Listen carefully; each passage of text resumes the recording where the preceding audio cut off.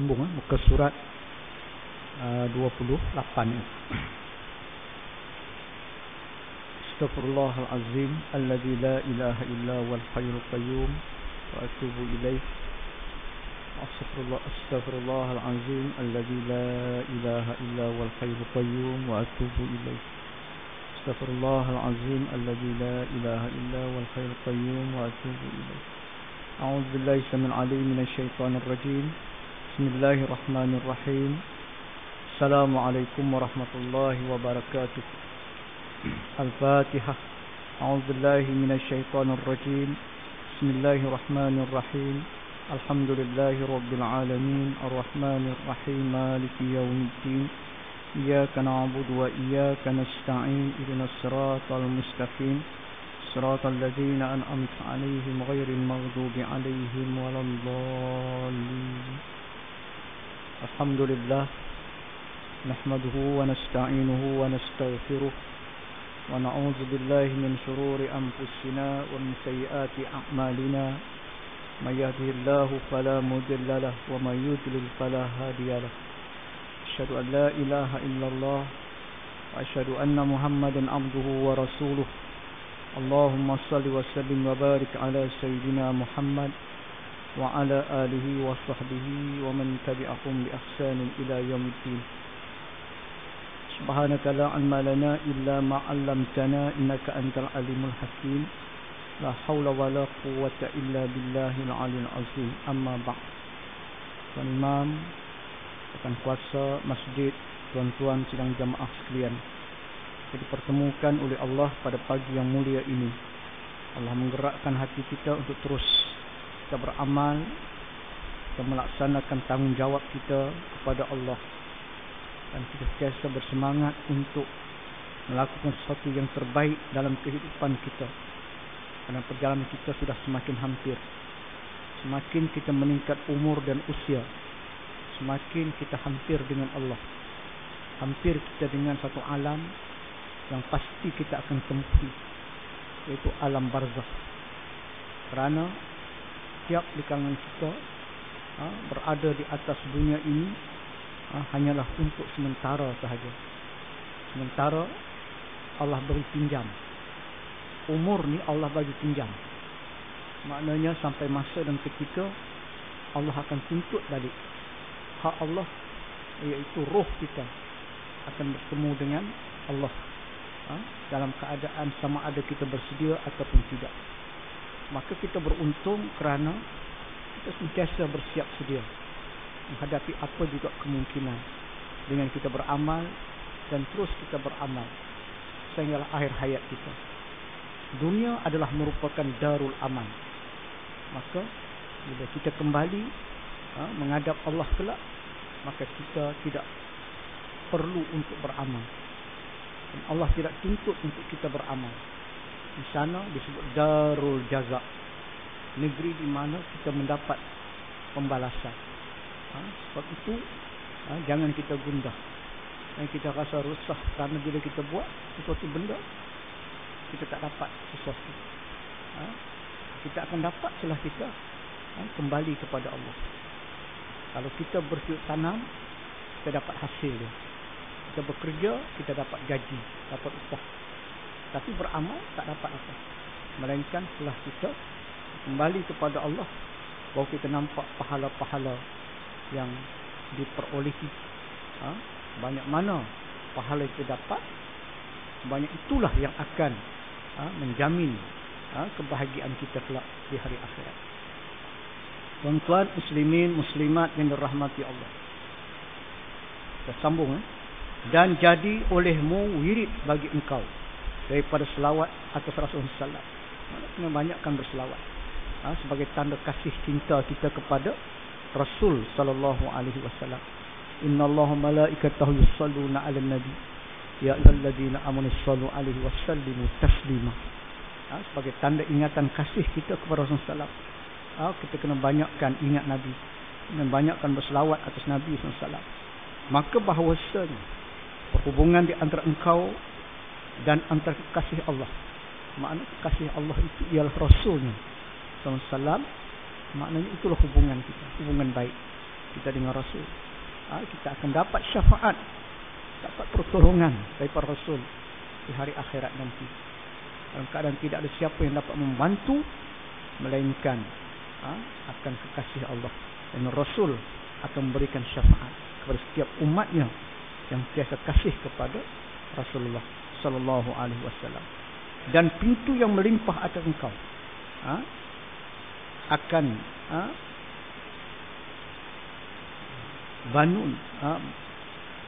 bantuan dan wasatahnya daripada hadratnya alaihi salatu wassalam. Dan sesungguhnya telah bersabda, ya salawatullah wassalamu alaihi, man shalla alayya marratan sallallahu alaihi biha ashran. Man shalla alayya marratan, siapa yang berselawat atasku sekali. Allahumma salli ala sayyidina Muhammad. Boleh Allahumma salli ala Muhammad. Muhammad tak ada. Allahumma salli ala Muhammad. Itu paling pendek sekali juga. Yang paling pendek sekali. Jadi maknanya siapa berselawat pada muratan sekali selawat, maka nescaya menselawatkan Allah Ta'ala atasnya, atas orang berselawat tadi dengannya 10 kali. Dengan 10 kali. Betapa besarnya rahmat Allah kepada setiap hamba yang berselawat atas Rasul. Kita sebut Allahumma salli ala sayyidina Muhammad sekali, maka Allah berselawat atas diri kita sebanyak 10 kali. Inilah kita kata pahala-pahala yang berlipat ganda. Yang kita kadang-kadang tuan-tuan, kita buat endah tak endah, buat tak kisah dia. Kita rasa tak ada suatu benda yang kita nak berlumba-lumba.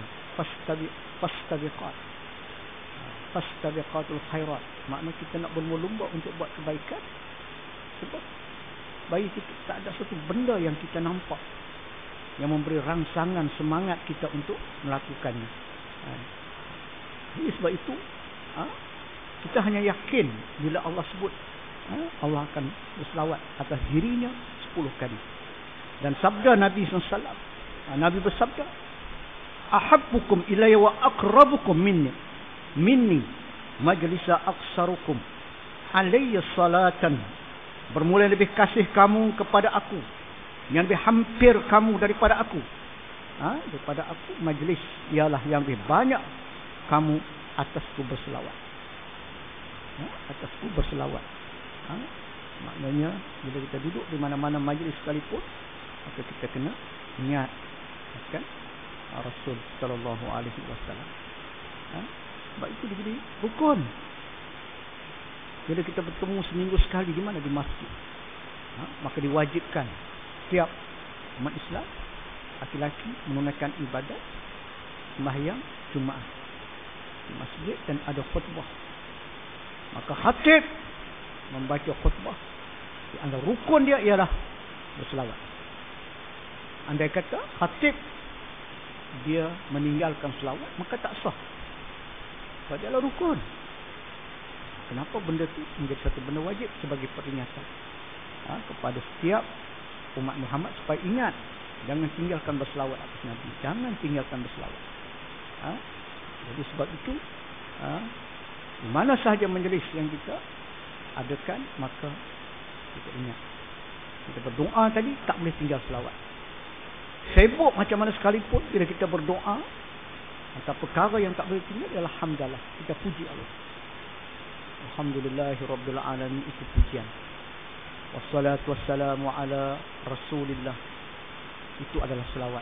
Wassalatu wassalamu ala asyrafil anbiya wal mursalin, itu selawat. Lepas itu doa lah, Rabbana atina fid dunya hasanah wa fil akhirati qina azaban walhamdulillahirabbil alamin. Hadis Ustaz. Kalau kita dalam keadaan mungkin tergesa-gesa, dalam keadaan kita kekangan masa, cukup dah merangkumi semua lah.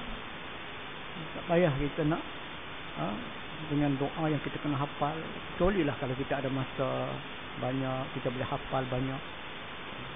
Ini kadang-kadang doa dia orang belajar sampai di Morocco, belajar di luar negara. Arab memang hebat lah. Dia baca doa Arab, kita Ada yang tak faham tuan-tuan, sampai tangan duk macam tu dah, punya panjang. Kan? Orang hak duk angkat doa tu sampai tangan pun jatuh dah. Tak faham pun. Kan? Baca. Jadi ada setengah dia suka. Banyak. Baguslah kalau dia faham dan orang lain pun boleh. Tapi kadang-kadang ada orang yang lebih baik kita faham apa yang kita minta, kita doa. Selawat atas Nabi, jangan ditinggalkan. Dan telah menyuruh Allah Ta'ala dengan dia dalam kitabnya yang maha mulia, kitab Al-Quran. Allah perintahkan dalam kitab suci Al-Quran. Ya ayyuhalladzina amanu sallu alaihi wasallimu taslima. Ini dalam Quran sebut, hai mereka yang beriman, hai orang-orang yang beriman. Ya ayyuhalladzina amanu, wahai orang-orang yang beriman, sallu alaihi, berselawatlah atas kamu, mengucapkan salam olehnya. Wasallimu taslima, ucapkan salam. Sebab ahli syurga ni nanti tuan-tuan, tidak ada ucapan lain. Tidak ada kita kata macam kat dunia, kita cerita sana cerita sini macam-macam. Qila wa salaman salam. Maka akan mengucapkan benda-benda yang berkaitan dengan kesejahteraan. Sejahteralah atas kamu, sejahteralah atas kalian. Fakat menceritakan tentang keseronokan, kegembiraan, kebahagiaan yang tak dapat digambarkan. Itulah ucapan ahli syurga. Mereka rasa puas hati selama mana mereka hidup dahulu mereka telah beramal dan amalan mereka diterima oleh Allah Subhanahu wa taala. Di saat mereka berada di hari akhirat, mereka rasa bahagia. Sebab itu ungkapan kata diucapkan oleh mereka tidak lain tidak bukan qila salaman salama. Kat dunia ni tuan-tuan, kadang kita mengeluh kan, harga barang naik itu naik ni, kita mengeluh sebab keperluan kita. Kadang-kadang kita dapat musibah, sakit, demam, tension tuan-tuan. Kita kerja, beban kerja yang sebabkan kita stres. Akan bergaduh suami isteri. Sebab dalam kesempitan rezeki, bergaduh pasal anak-anak dan sebagainya lagi. Itu dunia lah. Itu nama dia ujian. Allah jadikan dunia ini sebagai ujian. Dan Allah nak tengok siapa di kalangan mereka yang sabar menghadapi ujian Allah Subhanahu wa taala. Dan siapa yang sabar menghadapi ujian Allah, dia akan mendapat berita gembira daripada Allah. Wa basyiris sabirin. Sampaikanlah berita gembira kepada orang yang sabar, kata Allah. Sebab apa? Sebab dia sedar bahawa semua itu datang daripada Allah. Allah uji dengan kesusahan, Allah uji dengan musibah, bencana, kerosakan harta benda dan sebagainya. Wa basyiris sabirin alladzina idza asabathum musibah, ketika mana mereka menerima musibah, qalu, mereka berkata, inna lillahi wa inna ilaihi raji'un. Kepada Allah dia datang, kepada Allah dia kembali. Ini nak start musim banjir ni tuan, dijangka penghujung ni, sampailah terus dekat Iboy banjir. Dekat masjid, saya ada adik duduk kat situ. Sikit lagi dia kata rumah nak masuk air dah. Nasib baik air tu berhenti dah. Ada paras dekat pinggang air. 30 tahun tuan-tuan. Jangan kita kata oh taping ni okey, tak tahu Allah uji kan. Cuma kita minta, ya Allah, Engkau jauhkanlah daripada musibah-musibah, bala dan sebagainya, pertemuan angin-angin monsun. Kita tak tahu aku berlaku banjir. Itu kajian lah, kajian ahli kaji cuaca tu kan. Kita maknanya bersedia je lah kan. Banjir, kalau kita tengok orang yang dilanda ni kadang-kadang kesian. Saya pergi Kuala Krai tu bulan lah kan, musim 7. Sekolah 3 tingkat, 2 tingkat tu tenggelam, tinggal 1 tingkat lagi di atas. Dan bayangkan air, itu musibah. Bila Allah uji suatu benda, kita anggap ini datang pada Allah, kita reda. Mungkin kita kehilangan, kita kata harta benda kita musnah dan sebagainya. Maka Allah sampaikanlah berita gembira pada orang sabar. Bagaimana kita nak sabarkan diri kita? Maka dengan solat. Dengan solat, dengan kita sembahyang. Sembahyang adalah kita berbicara dengan Allah. Kita mengadu kepada Allah. Tiada tempat lain yang kita mengadu, melainkan kita mengadu kepada Allah. Ya ayyuhalladzina amanu ista'inu bis-sabri was-salah. Innallaha ma'as sabirin. Allah sebut dalam Quran, wahai orang beriman, mintalah pertolongan kepada Allah dengan sabar dan sembahyang.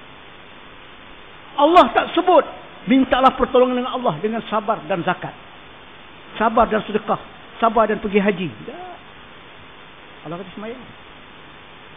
Begitu bila orang jaga sembahyang, hubungan baik dia dengan Allah terjamin. Maka dia akan alhamdulillah dipelihara, dijaga oleh Allah Subhanahu wa taala. Tak susah hati. Dia tidak rasa bimbang. Apa juga ujian dalam bentuk kesenangan, satu ujian bagi dia. Tak kisah.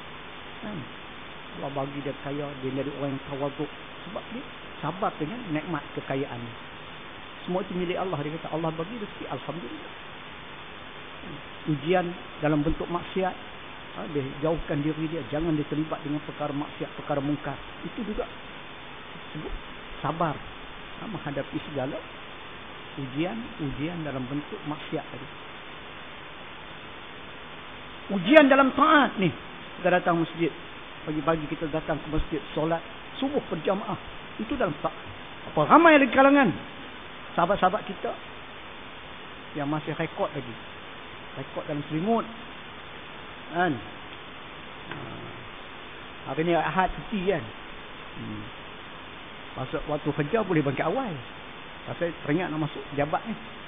Nak pergi kerja. Sekolah pukul 7.30 mesti depan pintu pagar lah. Ada pangkat. Di hari Sabtu Ahad cuti. Jadi azan dengar pun tuan-tuan kadang-kadang macam angin je. Tidak membangunkan dia untuk sembahyang. Ini maknanya rugilah tuan-tuan. Maknanya dia melupakan Allah. Orang yang melupakan Allah, maknanya dia tidak sabar di atas ketaatan. Sabar atas taat. Jadi dan menjunjung perintah, menjunjung akan perintah Allah. Menuntut banyak-banyak olehmu daripadanya. Nya tu daripada Allah. Maknanya kita minta pada Allah sebanyak mungkin. Ya Allah, betapa lemahnya kami ya Allah, betapa dhaifnya kami ya Allah. Di tempat lain yang kami mohon melainkan Engkau sahaja ya Allah. Kita baca Allahus Samad, Allah tempat kita memohon sebarang hajat. Banyak mana pun yang kita minta kepada Allah, Allah tak jemu-jemu untuk mendengar akan hajat kita, untuk dia menerima akan segala permohonan kita. Maka sesungguhnya orang yang banyak berdoa kepada Allah ialah orang yang paling dikasihi oleh Allah Subhanahu wa taala. Orang yang malas berdoa, yang malas dia meminta keampunan daripada Allah, maka Allah juga malas untuk mendengar ataupun malas untuk melihat wajahnya di hari akhirat nanti. Allah tidak akan mensucikan mereka yang melupakan Allah ketika mana mereka hidup di dunia, yang Allah sebut wala takunu kallazina nasullaha ansahum anfusahum. Janganlah kamu menjadi mereka yang melupakan Allah di dunia, kelak akhirat nanti Allah akan lupa kepada kamu. Dan hidup mereka yang melupakan Allah Subhanahu wa taala, maka hidup mereka tidak bahagia. Mereka tidak diberikan ketenangan, jiwa mereka kacau, hidup mereka dalam keadaan tidak menentu. Danka yang disebut waman aqrada an zikri fa innalahu ma'isyatan danka wa nahsyuruhu yaumal qiyamati a'ma. Maka siapa yang tidak ingat kepada Allah, tidak berzikir kepada Allah, maka kami jadikan hidup mereka sempit dan mereka bangkit kelak di akhirat dalam keadaan buta mata mereka. Itu yang Allah peringat. Maka sebab itu kita ingatkan diri kita dan kita ingat Allah sebanyak-banyaknya.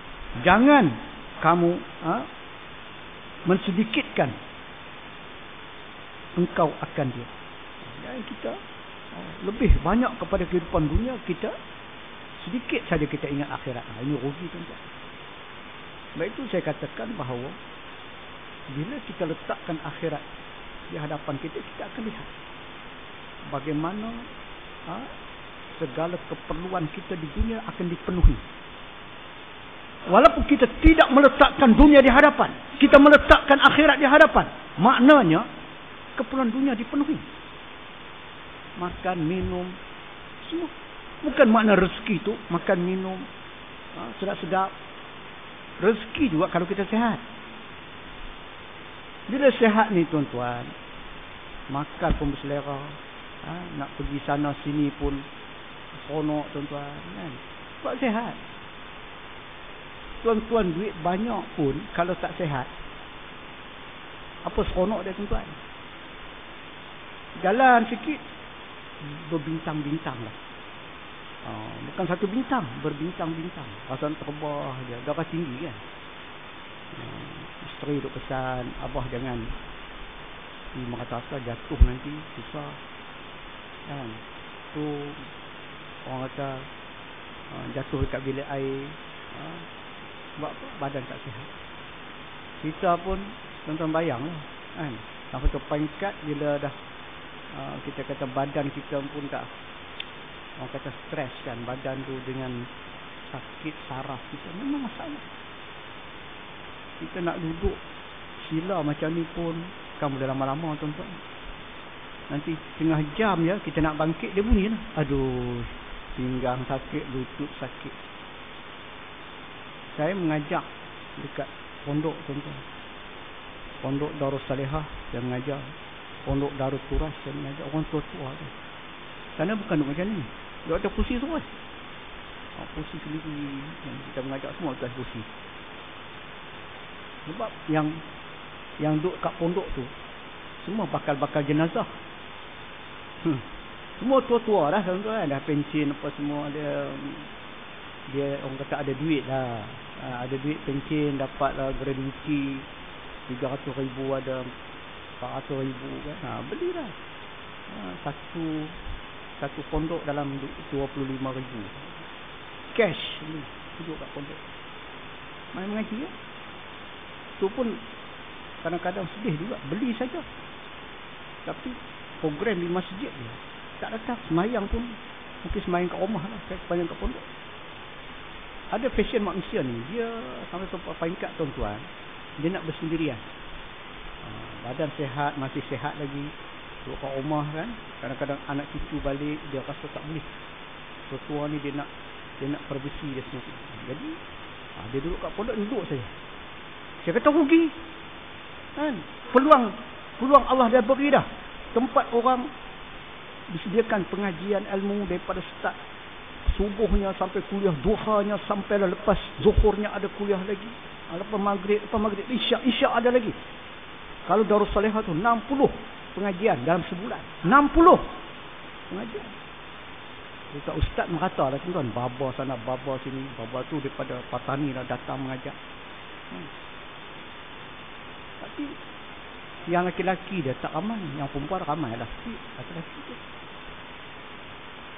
ada duduk kat pondok. Pasal apa? Kalau satu Ahad ataupun anak-anak cucu balik, nanti cucu jenis buah tuan-tuan, Ultraman lah, Batman lah, pagar atas belakang Tok Wan. Tok Wan pun kalau macam ni duduk kat pondok lah, senang sikit. Duduk kat pondok tak. Saya kata rugi.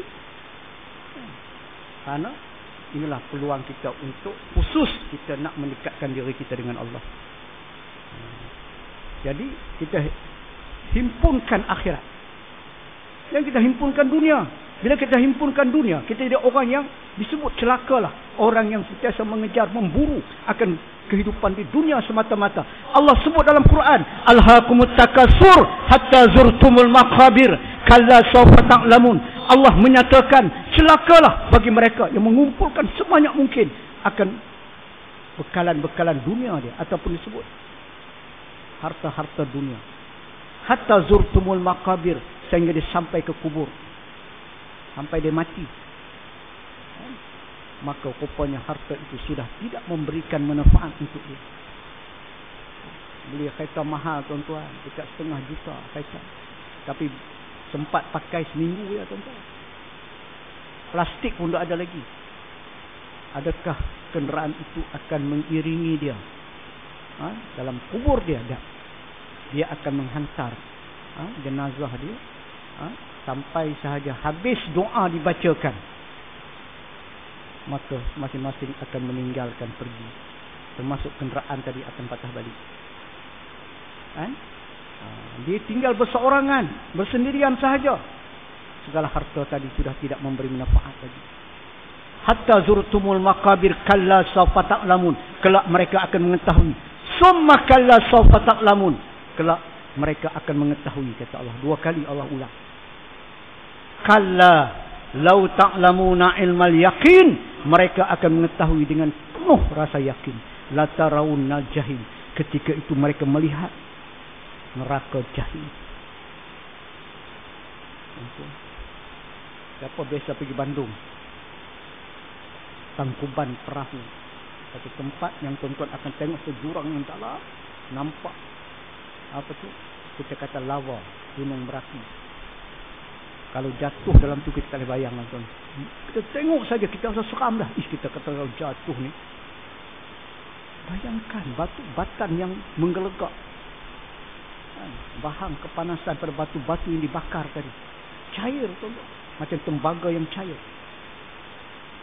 Kita setakat kita ambil lilin, titik atas kulit, tuan-tuan, terangkat kaki baru lilin. Tuan-tuan bakar lilin tu titik. Saya dulu biasa buat. Pasal apa? Bila kita gatai ni, gatai sangat ni tak tahan, ambil lilin titik. Oh, sedap, tuan-tuan. Tapi padalah terangkat 2 kilo. Itu baru sikit. Kamu akan melihat neraka. Ya. Jadi bila kita letakkan dunia, maka hilanglah akhirat kita. Sebab kita nampak dunia dihafal, kita akan nampak kebesaran dunia. Dan antara salam dan selawat olehmu atas keluarganya, serta banyakkan olehmu daripadanya pada malam Jumaat. Perbanyakkan lagi bila masuk sahaja malam Jumaat. Sebab Sayyidul Ayyam, Jumaat itu adalah merupakan penghulu kepada segala hari. Ada keistimewaan. Itu kadang-kadang ada di antara kita ni berhajat, ya Allah, kalau engkau nak matikan kami, ya Allah, kalau boleh nak mati pada hari Jumaat. Mungkin ada keistimewaan dia. Ada hadis sebut kan, mati pada hari Jumaat. Tengok kawan saya, tuan-tuan, artis lah dulu kan, itu kemudian jadi pendakwah lah kan? Nama dia Bob Lokman. Dia mati hari Jumaat, tuan-tuan. Masa dia datang Taiping, saya program forum bersama dengan dia. Saya kata esok ada program. Dia kata malam ni juga saya kena pergi Perlis untuk program besok. Masa tu dia dah, kita kata, cakap pun macam penat, tuan-tuan. Sebab bateri ni, dia pakai bateri. Dia ada 60% kan, 50%, mungkin dalam 60% bateri. Jadi dia kata esok, saya kata ada driver ke bawa? Dia kata tak ada, dia drive sendiri. Dia bawa isteri dan anak-anak, takut jadi apa-apa dia. Bayangkan, start ke Sungai Buloh, tuan-tuan, drive sampai lewat sikit. Kita dah start program ni, dia datang lagi. Ketua datang, kadang dia penat, duduk sebelah kita. Dia kata tak apa, rehat dulu, ambil nafas. Habis tu pula nak drive lagi pergi ke Perlis pula. Maka Allah beri, kita kata, ganjaran mati pada hari Jumaat dalam keadaan dia tinggal 20% saja. 20% meninggal dekat Bangkrian, rumah sewa. Maknanya penghujung kehidupan kita tak tahu. Itu dia sedar bahawa bergantung pada kekuatan bateri itu. Dia makin sikit makin bersedia. Kita tak tahu sama ada kita ni jantung kita masih kuat, jantung kita masih okey, tentu kita tak tahu. Tiba-tiba mungkin kita sesak nafas. Mungkin kerana kita stres menyebabkan timbul satu kejutan pada jantung kita ni. Sebab benda ni dia tak boleh kita katakan orang yang kena serangan jantung ni, tuan-tuan, dia berhenti sekejap dah, habis. Kalau tak sempat kita nak bagi bantuan, dalam masa beberapa seken saja habis meninggal. Sebut mati mengejut, doktor akan tulis kematian mengejut, masalah jantung. kalaulah kita tahu kita akan meninggal sekian-sekian jam, sekian-sekian hari, maka sudah pasti kita akan bersedia. Tetapi kita tak bersedia, sebab itu kita kena istiqamah. Bila mana kita sentiasa berjamaah, kita sentiasa mengaji, insya-Allah kita berdoa, kita minta kepada Allah Subhanahu Wa Taala, ya Allah, jangan engkau bolak-balikkan hati kami, ya Allah. Ini doa yang kita minta. Ya muqallibul qulub, sabir qalbi ala dinika wa ta'atik. Jangan engkau bolak-balikkan hati kami, ya Allah. Sabir qalbi ala dinika wa ta'atik. Tetaplah hati kami atas taat kepada perintahmu, ya Allah. Itu yang kita minta, tuan-tuan. Jangan putus. Kita minta supaya Allah buka pintu hati, nampak benda baik. Jangan kita nampak benda buruk, ya tuan-tuan. Dan kita rasa bangga pula bila kita buat satu dosa, kita bangga. Hak ni kita bahaya. Saya ni hampir cerita lah, saya ni memang kaki perempuan. Oh, cerita kejahatan dia. Rasa bangga dia kerana dia ni Casanova. Casanova tau. Suka mempermainkan perempuan. Dia pun cerita, oh saya ni Casanova. Petik jari lah.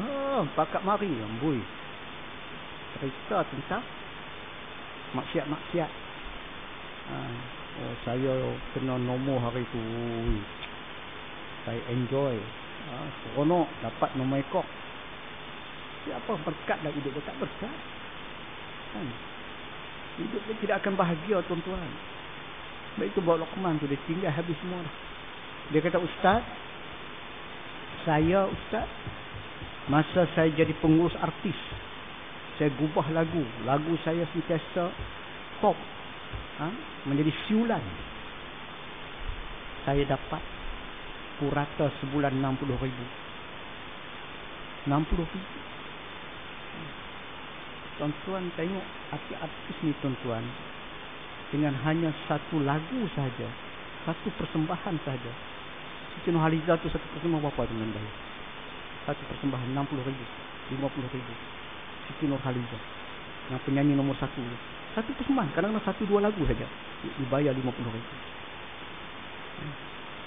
Kalau kata penyanyi hak biasa-biasa ni dalam 20,000, 30,000 untuk satu lagu saja. Jadi kaya. Tapi kadang-kadang masa time muda, masa masih tengah laku, sampai tu masa dia akan jatuh. Bila jatuh, tuan-tuan, zaman kegelapan dunia artis ni, dah tak apa nak ada job dah apa semua. Ada yang isytihar bankrupt, ada tu rumah PPRP. Berapa banyak artis yang terpaksa minta untuk dapat duduk di rumah-rumah kata-kata PPRP ni, sebab mereka dah tak ada sumber dah. Memang pencen ni tak ada, tuan-tuan, tapi mereka duit tu dah habis dah. Duit tu tak ke mana-mana habis. Mereka tak ada sumber lain. Jadi miskin, jadi susah. Jadi banyak mana sekalipun, tuan-tuan, akan habis. Kita tengok, kita kata pemain bola sepak dunia, tuan-tuan, Ronaldinho, usahawan, tuan-tuan, sekarang apa dah? Bankrupt, tak ada duit dah. Ayo, Mike Tyson tu wrestling tinggi kan susah. Sebab masa tengah mewah dia lupa usahawan ni, tuan-tuan. Salah, bukannya sikit. Kita dapat 2,000 sebulan pun, Allah, buat berseronok dah, tuan-tuan. 2,000 sebulan, makna anak-anak dah lepas semua. Betul kita guna untuk dia kita, untuk kita sedekah, untuk kita orang kata makan, tak banyak mana pun cukup. Ingat 1,000 pun cukup lah kalau duduk kat Taiping ni, tuan-tuan.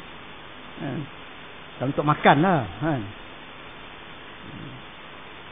Dan pada hari Jumaat, maka kita banyakkan berselawat atas Nabi dan harinya, kerana sabda Rasulullah SAW ni, Nabi sebut, aksiru min salatin ala fi laylatil gharra'i wal yawmil azhar. Banyakkan olehmu daripada selawat atasku pada malam gharra', iaitu malam Jumaat. Banyak berselawat pada malam Jumaat, pada hari azhar, iaitu hari Jumaat.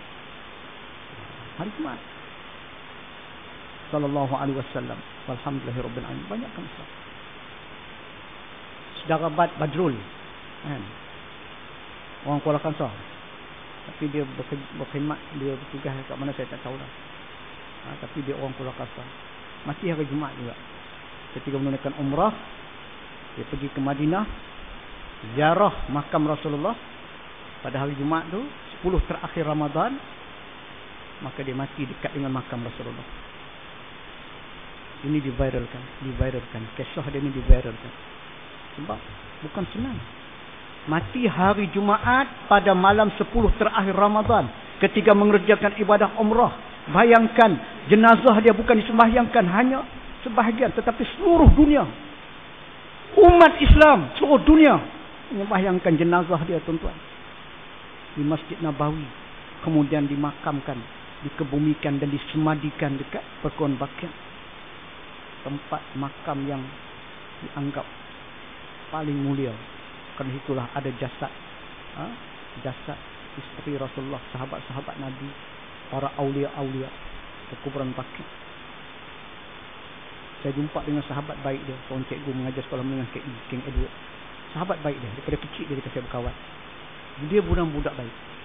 Dia bukan ustaz pun, dia bukan mengajar, tetapi dia berkhidmat untuk masjid. Dia suka berkhidmat untuk masjid. Apa dia buat? Dia bantu SU masjid dan kuasa masjid, terutama dalam menguruskan pengajian. Dia kontak ustaz yang memenuhi program-program di masjid-masjid tadi supaya ahli qaryah ni mendapat manfaat. Makna dia tolong agama Allah. Allah Subhanahu wa taala sebut, wala yansurannallahu may yansuruh. Siapa yang tolong agama Allah, Allah akan tolong dia. Saat kematian dia Allah muliakan. Itu pertolongan Allah. Bukan senang nak dapat. Mati hari Jumaat, bulan Ramadan, di penghujung Ramadan, dekat dengan jasad Nabi pula tu. Sebab dia susun program. Dia ada setengah orang, tuan-tuan, dia tak boleh tengok pengajian banyak-banyak. Dia kata rugi. Kita buat kutip-kutip dana untuk masjid, tabur masjid bukan untuk mengaji dia. Banyak benda yang kita nak buat lagi. Untuk infrastruktur dia, untuk kerosakan masjid. Saya dengar, tuan-tuan. Cukuplah, dia kata 5-6 pengajian sudah. Terus ada banyak-banyak. Tuan-tuan bayangkan, kalau orang berfikiran macam tu, dia fikir rugi kita nak bagi. Masjid yang insya-Allah diberkati oleh Allah, sudah digunakan sepenuhnya. Bukan untuk simpan banyak-banyak, simpan kat bank. Kalau simpan duit, simpan kat bank lah, tuan-tuan. Oh, kami bentang penyata tahunan. Oh, kami simpan 2 juta. Masjid kami ada 2 juta, tuan-tuan, dalam keadaan tak hidup, masjid tak dimakmurkan dengan orang ramai yang tak datang. Sebab dia tak ada apa pun. Tapi orang bagi sedekah, bagi sumbangan. Tujuannya supaya duit itu digunakan dan dimanfaatkan dengan sebaik mungkin. Bukan untuk pembangunan masjid saja, tapi juga untuk pembangunan rohani dia. Nak menghidupkan jiwa-jiwa, hati-hati yang mati. Banyak di kalangan mereka yang mungkin berada dalam satu karya itu yang hati mereka berpenyakit yang perlu diubati. Maka masjid adalah mustashfa. Mustashfa ni apa dia? Hospital yang merawat penyakit-penyakit hati. Kalau hospital, mungkin penyakit-penyakit yang bermacam-macam. Kita migraine, kita gout, kita darah tinggi, kita kencing manis.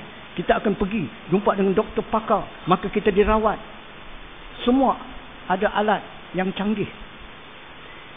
Tapi kalau jiwa kita kotor, hati kita kotor, di mana tempat kita nak rawat segala penyakit-penyakit ini? Melainkan masjid berfungsi untuk merawat. Adakan program-program dalam bentuk kerohanian. Ini kita dah fikir macam-macam, persepsi macam-macam. Ini tak boleh, itu tak boleh, ini tak boleh. Akhirnya masjidul amiratul wahya harabun minal huda. Maka Allah sebut masjid yang kosong itu kenapa? Karena Allah tarik balik petunjuk. Hidayah Allah tak turun. Pasal? Sebab tangan-tangan manusia yang tak faham bahawa mereka juga akan disoal di hari akhirat nanti. Mereka akan disoal pasal COVID. Oh, tak boleh kita buat ni. Dulu. Kan? Dia kata kita ikut peraturan. Kenapa? Tak boleh. Macam apa? Pasal takut penyakit tu daripada penyakit hati. Sedangkan benda tu dah dibenarkan, dah dibolehkan. Telefon, kita ustaz, kita tangguhlah pengajian ustaz. Sebab orang ramai datang ustaz. Takut orang ramai.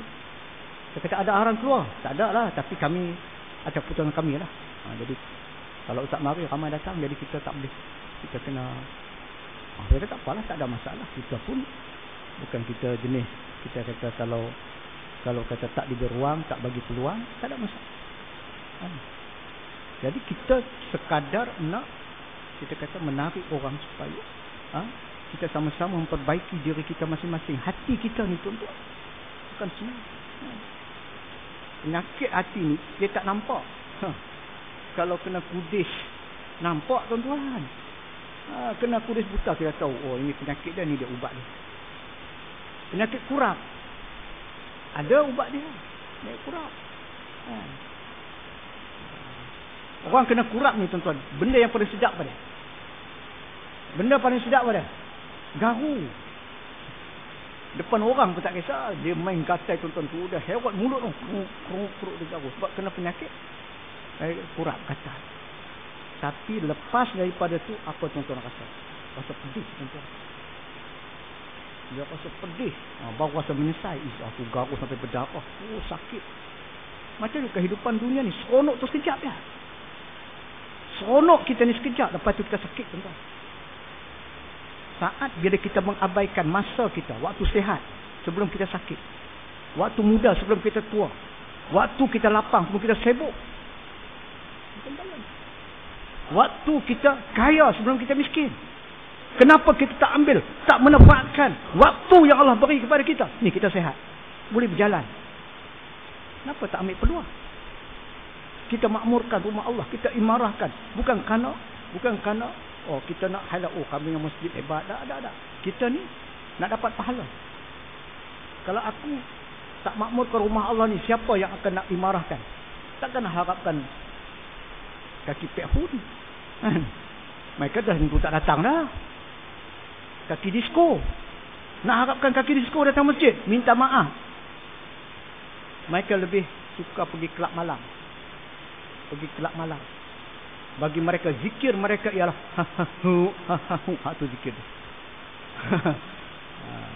Kita itu pun kadang-kadang tuan-tuan, kadang-kadang kita rasa Allah, ustaz ni dah setengah jam tak berhenti lagi ni, aku ni pemalas. Suara dah terah. Oh aku malas mula. Aku kalau tengok muka ustaz ni aku mula. Dia timbul perasaan macam tu. Saya tak kisahlah tuan-tuan, saya tak kisah. Saya kata saya ni kita kata sekadar menyampaikan, bukan boleh buka pintu hati. Dah Allah yang buka pintu hati. Allah yang buka hijab. Kalau Allah tak buka hijab, biarpun malaikat turun menyampaikan kebenaran, dia tak boleh terima sebab terhijab, hati itu terhijab. Baik itu tuan-tuan, saya kira bahawa bagi engkau wirid dan tafakur, saya memikirkan kejadian alam semesta ni, berfikir ni apa lagi nak jadi ni, kata oh ni macam mana ni cuaca ni, dah mula start dah, hujan tak berhenti, angin monsun, air pasang besar. Jadi kita kadang-kadang saya berfikir tentang kejadian apa yang Allah ciptakan. Jadi kadang-kadang banyakkan tafakur. Kalau Allah jadikan malam tak ada siang, Allah susah kita tentang. Kalau jadikan siang saja tak ada malam, maka Allah jadikan siang dan malam. Kita berfikir tentang kebesaran Allah. Pokok-pokok yang kita tanam kadang-kadang berbuah dan bermacam-macam rasa. Walaupun buah rambutan, buah yang sama, tapi ada yang manis, ada yang masak. Ada yang manis, ada yang masak. Dan pokok-pokok tadi sami'na wa ata'na. Tanam tuan-tuan pokok kelapa, buahnya adalah buah kelapa. Tidak ada kita tanam pokok kelapa, buah labu. Kita kata siapa ni pelik nampak ni. Pokok dia tetap taat. Baik itu tuan-tuan, Allah jadikan tembikai itu menjalar ke bawah. Pokok kita kata yang kita kata besar, tuan-tuan biasa tengok nak pelampau, mempelampau ni, pokoknya besar tinggi, tapi dia akan menggugurkan buahnya. Bayangkan, gugur buah tu kalau kena kepala pun tak apa, sebab buah Kalau kata buah tembikai itu macam mana pokok besar, buah dia pun besar di atas. Pakat kita tak berani lah tuan-tuan. Lalu pokok yang tengok tu dia, tapi dia menjalar. Allah jadikan menjalar buah tembikai tu. Baru kita nampak inilah kebesaran Allah Subhanahu Wa Taala. Pada tiap-tiap hari dan malam yang engkau tentukan baginya waktu atau berapa waktu, dan memula lebih elok segala waktu bagi memikirkan tafakur tadi. Ialah yang lebih kosong dan yang bersihnya. Itu saya katakan bahawa di waktu malam yang sunyi adalah merupakan waktu yang paling sesuai untuk kita bertafakur kepada Allah. Ada cikgu seorang perempuan, dia dapat satu surat untuk berkursus di Kuala Lumpur, sekian-sekian tempat. Maka dia masukkan dalam Facebook dia. Dalam Facebook tu adalah yang kawan dia kan, yang kawan dululah, yang kawan satu sekolah dulu. Dia cerita dia kena berkursus kat hotel ni sekian, kawan pun kontak dia. Kawan dia kata, hotel ni dekat dengan rumah saya. Rumah saya dekat, tak payah sewa hotel, duduk kat rumah saya. Rumah saya bukan ada siapa pun, suami, anak 3 orang. Anak 4 orang, 1 baby. Saya tak kerja. Lepas sekolah apa semua, lepas tu lepas mengaji apa semua, kahwin. Suami dia kerja, dia tak kerja, suruh rumah tangga. Dia nak jumpa ni kawan lama dah, 20 tahun lebih dah tak jumpa. Dia nak kata kawan ni dapat khusus dekat Kuala Lumpur, dekat hotel sekian, maka dia offer duduk kat rumah dia. Alhamdulillah tuan-tuan, cikgu ni pergilah. Nak jumpa kawan lama, kawan baik, sekolah menengah dulu tuan-tuan. Dia jumpa Allah seronoknya, rumah pun dekat dengan tempat dia nak kursus. Jadi tak apalah, duduk kat rumah ni. Rumah besar tuan-tuan. Sampai dekat tengah hari dah. Kita tengah duduk sembang, anak balik. Anak nombor 1, nombor 2 balik. Balik ke sekolah. Yang abang tadi suruh letak beg, pergi bilik air. Ambil air semayang. Yang adik pun sama. Semayang berjemaah. Bayangkan, dia dah mula dapat satu gambar. Dia kata, bagus juga. Dia kata. Keluarga ni, anak-anak. Balik-balik. Masuk waktu zuhur, semayang. Nanti tak lama tengah semayang tadi, adik dia pula balik. Adik tadi, ingat budak kecil dia, gajah 2 kali 3, wallahu alam, kecil lagi. Tengok abang semayang, adik pun tadi ambil semayang. Ni, ustazah ni, dia ustazah tuan-tuan. Ustazah nak tengok, dia ni semayang, dia boleh semayang kan. Sebab dia masbuk ni. Dia masbuk. Berapa rakaat dia nak tambah ni. Adik tu ikut semayang berjemaah. Habis saja salam, dia bangkit. Rupanya betul tuan-tuan. Si adik ni dia boleh sembahyang sempurna rakaat dia. Walaupun dia memang masbuk. Dia kata Allah buka pintu hati dia kan, dia tahu. Rupanya sembahyang ni dia tertinggal sekian rakaat, dia boleh tambah lagi. Tak apa lagi. Jadi malam tu biasalah ustazah ni malam-malam dia bangkit awal. Dia nak solat tahajud malam. Dekat pukul 4. Dia pun dah jadi kebiasaan kan. Dia bangkit, pergi bilik air. Tengok dah berbaris dah kat bilik air. Budak-budak ni lagi awal bangkit untuk solat malam. Ayah duduk tu, tunggu dah. Yang si ayah duduk tunggu dah. Anak-anak tu nak ambil semayang apa semua duduk. Jadi yang seronok dia dapat berjemaah. Yang ayah tadi dia kata tak apalah malam ni pagi ni dia tak pergi masjid. Dia nak semayang dengan ni sebab ada tetamu. Semayang satu keluarga. Anak-anak. Dengan anak-anak dia. Kemudian baby tadi pun baik tuan-tuan, duduk tak teriak pun. Isteri dia semayang, salah pun semayang juga. Tumpang sekali semayang. Habis sahaja berzikir apa semua, si bapa tadi dia pusing belakang, dia suruh anak dia sulung baca doa. Salah duk tengok, pandai ke budak ni baca doa ni. Memanglah dia tak hafal doa-doa ni, dia baca dalam bahasa Melayu je. Yang tersentuh ni tuan-tuan bila doa daripada anak tadi, dia kata ya Allah, engkau beri kebahagiaan kepada kami ya Allah. Di dunia ini jangan kau pisahkan kami ya Allah. Ketika di akhirat nanti ya Allah, jangan kau pisahkan kami ya Allah di akhirat nanti ya Allah. Kasihanilah kami ya Allah, engkau lah Maha Pengasih dan Maha Penyayang ya Allah. Kami angkatkan tangan kami berdoa kepadamu ya Allah, agar engkau ampunkan dosa-dosa kami, dosa-dosa ibu dan ayah kami ya Allah, dosa seluruh umat Islam seluruhnya engkau ampunkan dosa, jangan engkau jadikan kami hamba-hambamu yang sentiasa melakukan dosa-dosa dan kesalahan kepadamu. Doa dia minta macam tu pun dah tersentuh hati. Bagaimana anak tu berdoa minta kepada Allah Subhanahu Wa Taala, yang akhirnya air mata dia mengalir. Dia kata, alangkah beruntungnya ibu ayah boleh didik anak doa. Yang bapa tu sedialah. Dia pula teriak. Dia tak biasa. Aku ni, dia kata ustazah, tapi anak-anak tak boleh. Suruh pun tak mahu.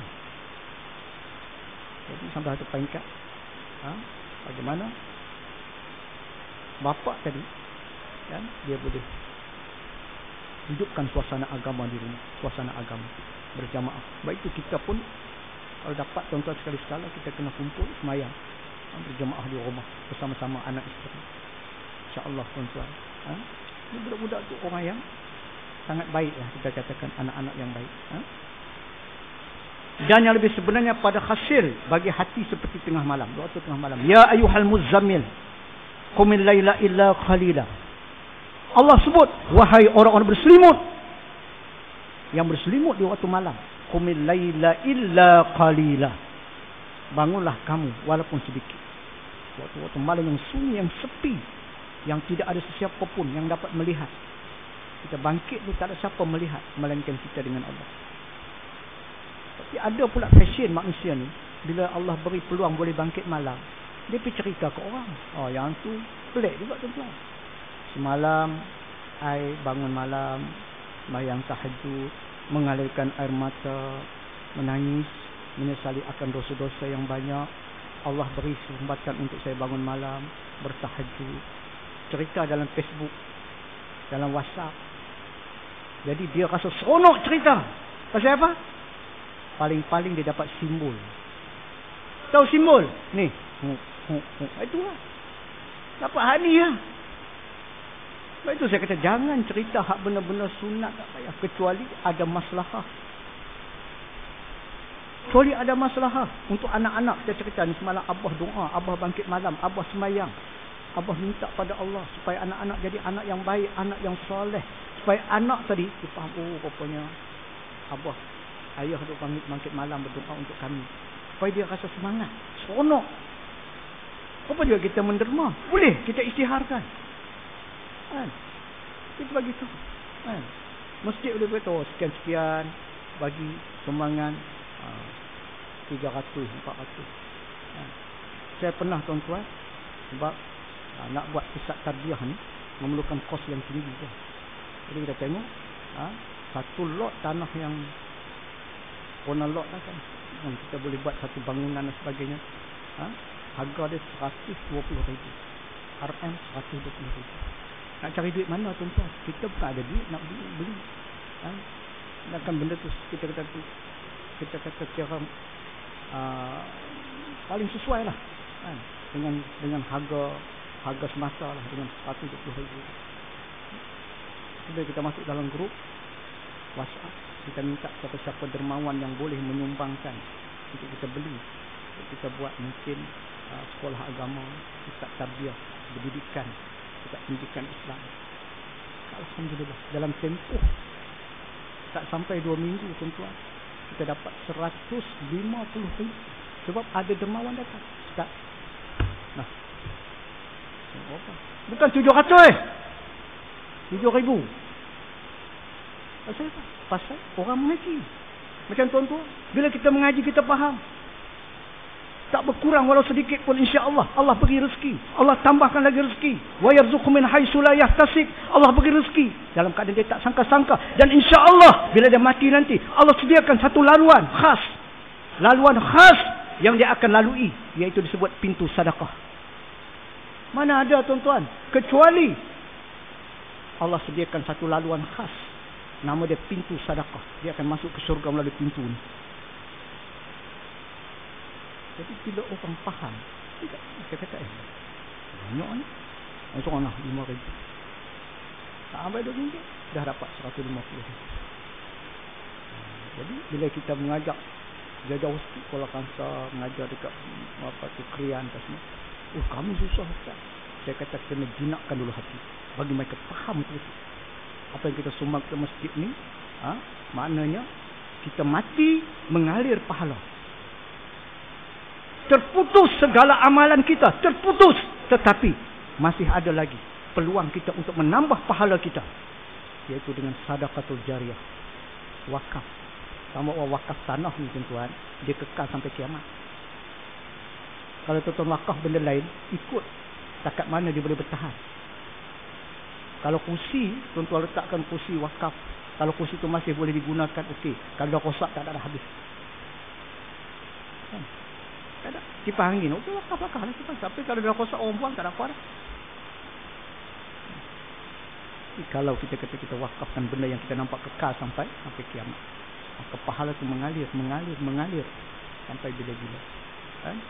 Dan doa daripada orang yang baik-baik, doa pada anak yang soleh pun merupakan satu pahala yang akan sampai pada kita. Sebab itu kita kalau ada anak-anak yang soleh, kita beruntunglah, kan? Anak-anak yang soleh, ilmu yang memberi manfaat. Sebab itu walaupun kita tidak ada waktu yang kita boleh enjoy, yang kita boleh rehat, kadang-kadang anak-anak bising juga, kan? Isteri pun kadang dia sound juga, dia mengajak je penuh siang malam. Bila kita nak pergi melancong, pergi bawa anak-anak jalan, kita kata insya-Allah lah tuan-tuan. Tapi masa tu terlampau sempit. Tapi kita kena tunaikan hak. Itu hak kita kepada ahli keluarga kita. Ada masanya kita kena bawa mereka berjalan. Isteri kita penat kan uruskan kita punya rumah tangga ni, tu masa kita kena bawa dia pergi melancong mana-mana. Tapi sebab kekangan masa, kita cari masa yang masa sesuai. InsyaAllah. Dan masa nanti tentu akan. Loh Ustaz, ni macam mana kuliah? Tangguh sebulan. Saya tak ada lah tu. Saya nak pergi satu negara tuan-tuan yang akan hilang daripada peta dunia. Dia akan hilang. Di sebuah negara pulau yang kajian dilakukan mungkin tak sampai 2030 dia akan hilang. 99.9% adalah penduduk Islam. Nak jadi warga negara dia mesti Islam. Baru dia jadi untuk jadi warga negara. Walaupun duduk lama situ, tapi bila nak tuntut jadi warga negara mesti Islam. Itu apa tuan-tuan? Maldives. Jadi kita nak cadang, nak pergi tengok negara ni yang insya-Allah kalau ada rezeki pada hilang peta dunia tuan-tuan. Kan? Ada yang suruh pergi ke Riau, dah standby ada orang sana. Pada kita nak pergi, tapi sebab kekangan masa, ada sahabat tunggu. Ada makam Raja Haji dan sejarah Raja Haji, dia ingat dengan Raja Haji.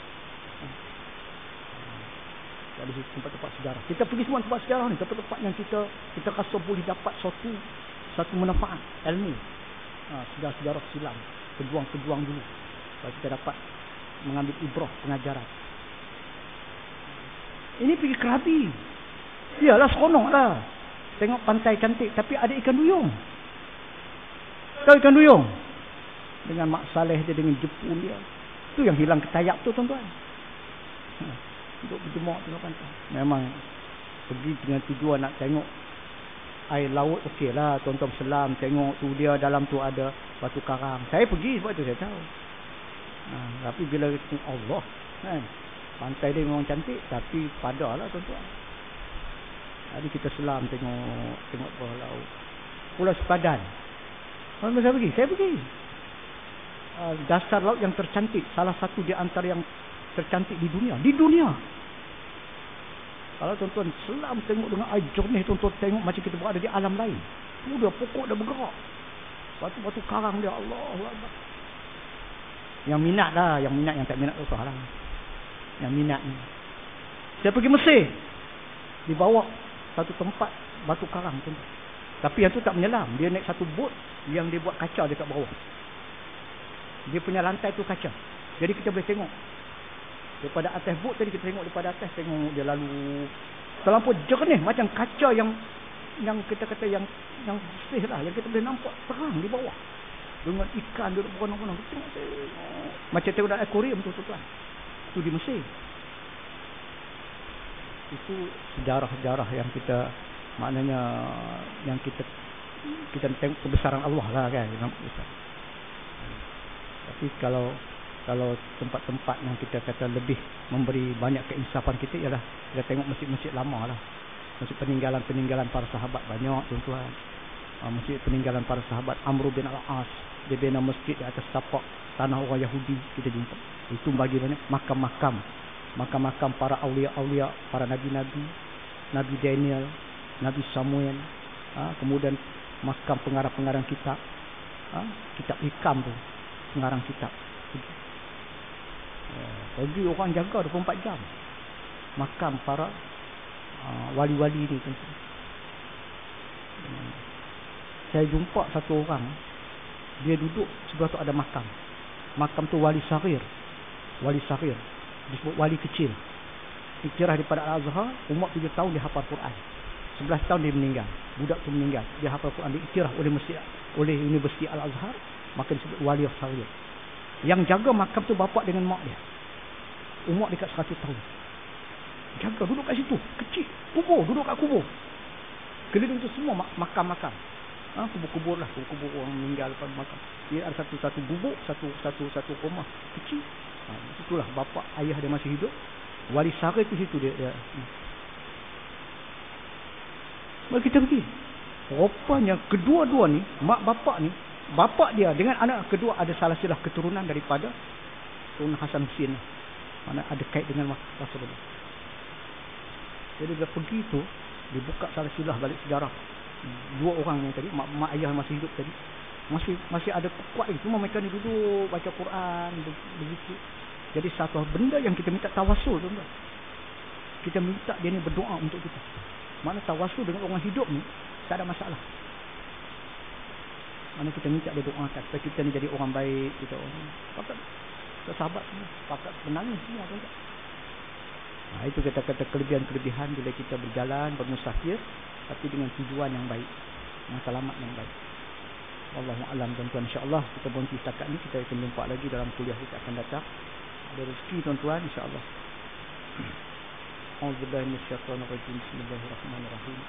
Alhamdulillahirabbil alamin wassalatu wassalamu ala asyrafil anbiya'i wal mursalin wa ala alihi washabbihi ajma'in. Allahumma arina haqqan arina batila batilan warzuqna istinaba. Subhanaka la ilma lana illa ma 'allamtana innaka antal alimul hakim. La haula wala quwwata illa billahil aliyyil azim. Alhamdulillahirabbil alamin. Tangguhkan dengan tasbih ifarah surah Al-Asr.